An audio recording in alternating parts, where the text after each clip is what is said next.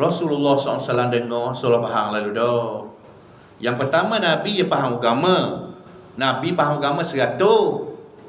Nabi tak tahu semua. Agama Nabi tahu semua. Agama Nabi tahu semua. Tapi ilmu semua Nabi tak tahu semua. Hak tahu semua Allah.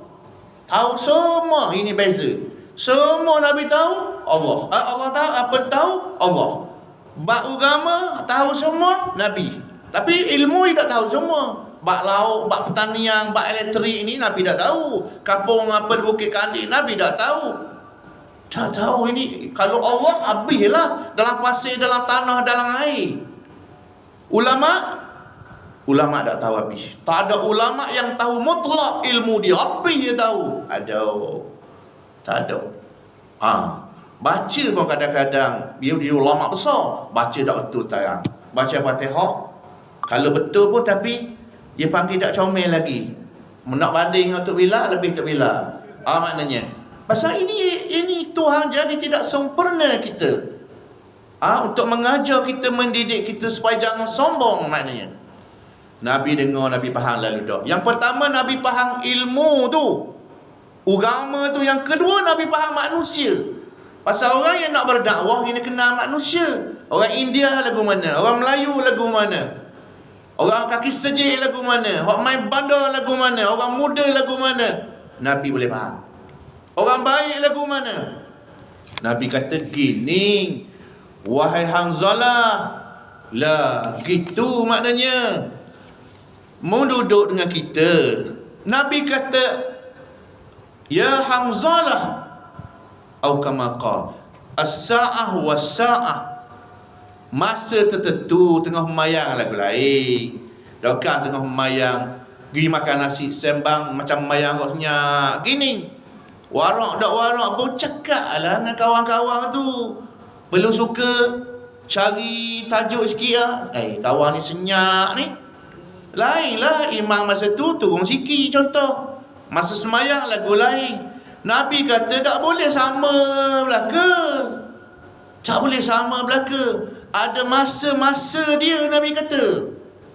Ada masa semayang, masa zikir, masa taubat, masa dengar orang mengajar, masa minum air, masa makan, masa dengan isteri, masa dengan anak. Sa'ah. Dan perasaan imam tu tak samalah. Biasalah kata tu. Kata apa dia Nabi. Hanzalah. Nabi kata Hanzalah, kalau mu sama je macam mu balik rumah, macam mu duduk dengan aku, malaikat mari cium tanganmu. Nabi kata kalau mu ni sama gitu sama imammu, macam mu duduk dengan aku ni, balik duduk dengan bini pun jangan aku juga. Mu nak suka wan dengan bini, seria nak gorak kena gorak juga dengan anak apa. Kalau mu gitu sama, kata Nabi, malaikat cium tanganmu. Payah dan bukan cara gitu maknanya. Jadi cerita ni nak mengajar kita ialah, yang pertama cerita Hanzalah lah. Seorang sahabat Al-Ansari. Hanzalah bin Abi Amir.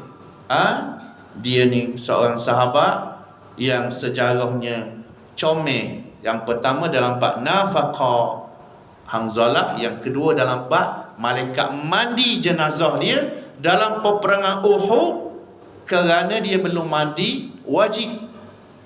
Sahabat-sahabat tengok basah rambut dia, dan Nabi melihat malaikat mari mandi dia.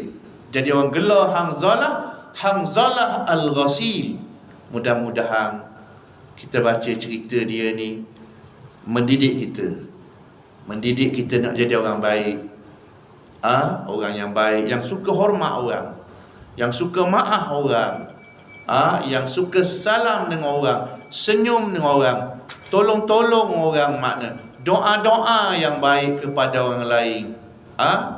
Mudah-mudahan cerita-cerita sahabat ini membawa takwa kepada kita, iman kepada kita, membawa barakah kepada kita sekalian. Sekadar itulah sahaja. Qul hadza wa astaghfirullahal azim li wa lakum walhamdulillahi rabbil alamin.